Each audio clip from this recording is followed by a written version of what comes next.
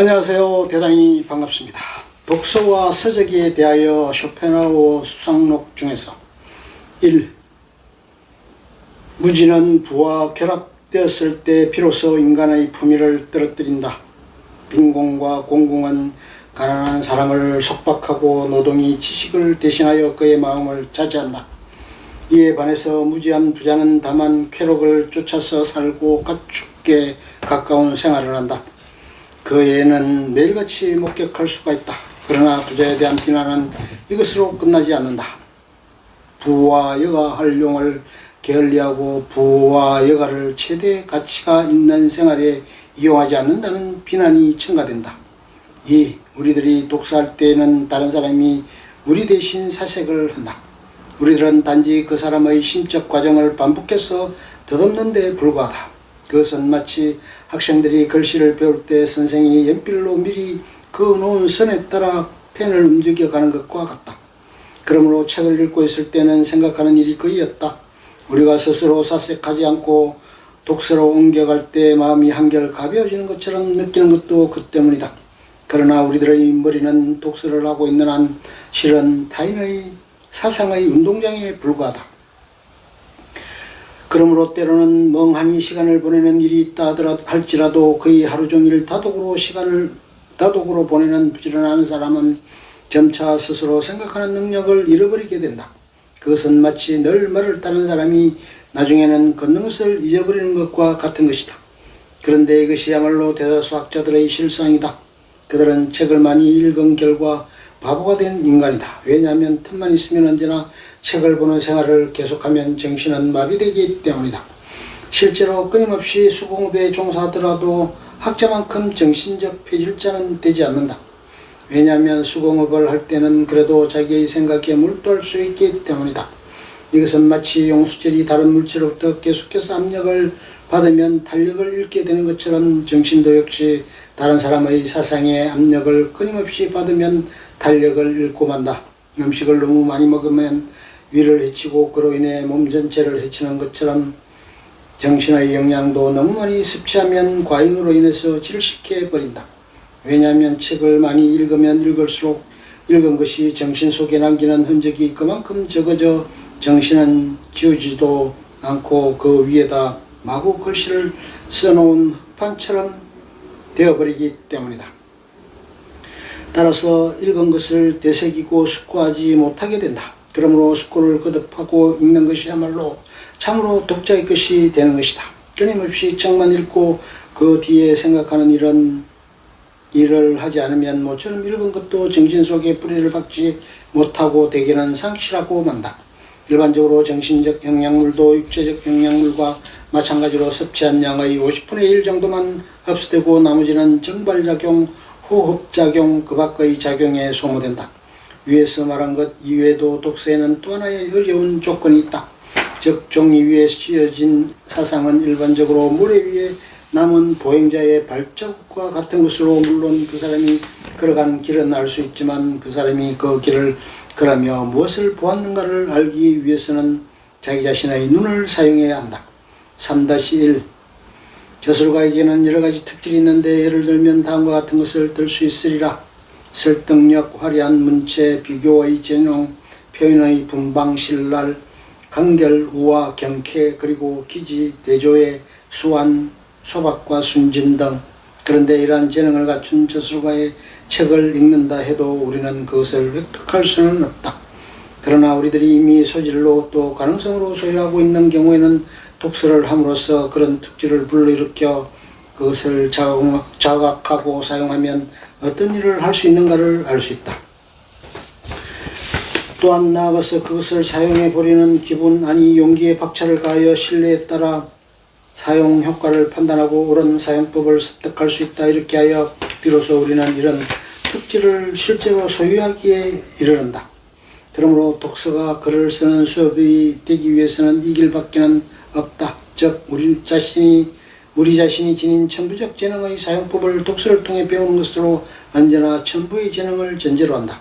이런 재능 없이 독서를 통해 차이찬 죽은 수분만을 배우게 된다면 천박한 모방자가 될 뿐이다. 3- 국민의 건강 관리를 담당하는 당국은 눈을 보호하기 위해 출판업체에게 주의를 촉구해야 한다. 즉 활자의 크기에 일정한 한계를 설정하고 한도 이하의 작은 활자는 사용하지 못하도록 해야 할 것이다. 1818년 나는 베니스에 머물렀는데 당시 베니스 특유의 정교한 쇠사슬을 만드는 사람이 아직 살아있었다. 어떤 금속공의 얘기에 의하면 가는 쇠사슬을 만드는 일을 하는 사람은 30살이 되면 실명한다는 것이다. 4. 지청이 태고의 생물을 차례로 보존하고 있는 것처럼 도서관이 서가도 과거에 잘못된 학설을 차례로 보존하고 있다. 이런 학설도 태고의 생물과 마찬가지로 그 시대에는 크게 활약하고 소동을 일으켰지만 지금은 화석이 되어 문헌학자나 고생물학자만이 눈을 돌릴 뿐이다. 5. 헤로도투스 그리스의 역사가에 의하면 페르시아 대왕 크세르크세스는 헤아릴 수 없이 많은 대군을 바라보며 100년 후 우리는 이들 중 한 사람도 살아남지 못하리라 생각하고 눈물을 흘렸다고 하지만 두꺼운 도서 목록을 보면서 이 모든 책 가운데 10년 후까지 읽히는 것은 단 한 권도 없으리라고 생각하면 누군들 울음을 터뜨리지 않을 수 있을까? 6. 문학에서도 마찬가지로 인생과 마찬가지로 곧 어쩔 수 없는 인간의 천민을 만나게 된다. 그들은 도처에 무리를 지어 살고 있으며 온갖 잣된 짓을 다 하고 또 우리에게 오염시키는 것이 마치 여름날의 파리와도 같다. 그러므로 악서의 수는 한이 없으며 그것은 문학의 세계에도 잡초처럼 무성하다. 잡초는 모든 곡물의 양분을 빼앗고 이것을 시들게 한다. 그런데 이러한 악서는 돈과 지위를 얻으려는 의도에서 씌어진 것임에도 불구하고 거기서 그치지 않고 좋은 책과 그 귀한 목적에 서야 할 독자의 시간과 돈과 주의력을 뺏어가는 것이다. 따라서 악서는 무용할 뿐만 아니라 모든 면에서 해를 끼친다. 현재 우리나라 저술 가운데 태반은 독자의 호주머니에서 돈을 빼내는 일 외에는 다른 목적이 없다. 이 목적을 위해 출판인 그리고 비평가는 굳게 뭉쳐있다. 현대의 문필과 매문업자, 다작가들은 시대의 좋은 취미와 참된 교양을 외면하고 상류사회를 교묘히 유도하여 상류계급의 사람들로 하여금 유행물을 읽도록 한다. 다시 말하면 모든 사람이 언제나 같은 책 곧 최신의 제작을 사오기 위해서 대의 한 재료로 삼기 위하여 읽지 않을 수 없게 유도하는데 이것은 교활한 수법이라 하겠으나 그렇다고 무시할 수는 없는 흉계이다. 이 목적에 도움이 되는 것은 일찍이 명성을 떨쳤던 작가들이 쓴 졸렬한 소설이나 이와 비슷한 작품, 예를 들면 약간 낡았지만 슈핀들러, 독일의 소설가 불버, 영국의 작가 정치가, 오이겐주의 프랑스 소설가 등의 작품이다. 그러나 이 세상에서 이런 유의 소설을 탐동하는 사람들의 운명만큼 비참한 것은 없다. 이들 오락소설의 독자들은 오직 돈 때문에 글을 쓰고 따라서 언제나 무더기로 있는 아주 속된 작가의 최신 태작을 읽어야 한다고 생각한다. 그 대신 동서금에 걸친 희귀하고 훌륭한 정신적 작품은 이름만 들어 알고 있을 뿐이다. 특히 문예 애호가들의 참된 예술작품을 읽어서 자기 교양을 높이는 데 사용해야 할 귀중한 시간을 속된 작가들의 태작에 흡의하도록 하기 위해 교활하게 안출한 것이 일간 문예신문이다. 그러므로 우리들의 독서법을 본다면 읽지 않는 기술이 매우 중요하다. 그 기술이란 많은 독자가 그때그때 닥치는 대로 조급하게 사보지 않는 일이다. 예를 들면 독서계에 무리를 일으키고 출판되자마자 판을 거듭하는 정치적 팜플렛, 종교선전용 팜플렛, 소설, 시 따위를 사보지 않는 일이다. 이런 출판물의 수명은 1년을 넘지 못한다. 오히려 우리는 어리석은 사람을 위해 글을 쓰는 작가가 언제나 많은 독자를 가진다는 것을 생각해야 한다. 반면 항시 독서를 위해 할애한 약간의 정해진 시간에 아주 뛰어난 정신의 소유자, 즉 모든 시대 모든 민족이 낳은 천재의 작품만을 습득해야 한다. 그의 작품의 특징은 새삼스레 논할 필요가 없다. 양설하면 누구에게나 통하는 작품들이다.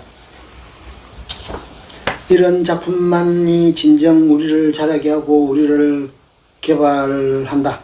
악서는 읽지 않아도 되지만 양서는 가끔 읽으려 해도 좀처럼 뜻대로 읽혀지지 않는다. 악서는 정신의 독약이요 정신의 파멸을 가져온다. 양서를 읽기 위한 조건은 악서를 읽지 않는 것이다. 인생은 짧고 시간과 힘에도 한도가 있기 때문이다.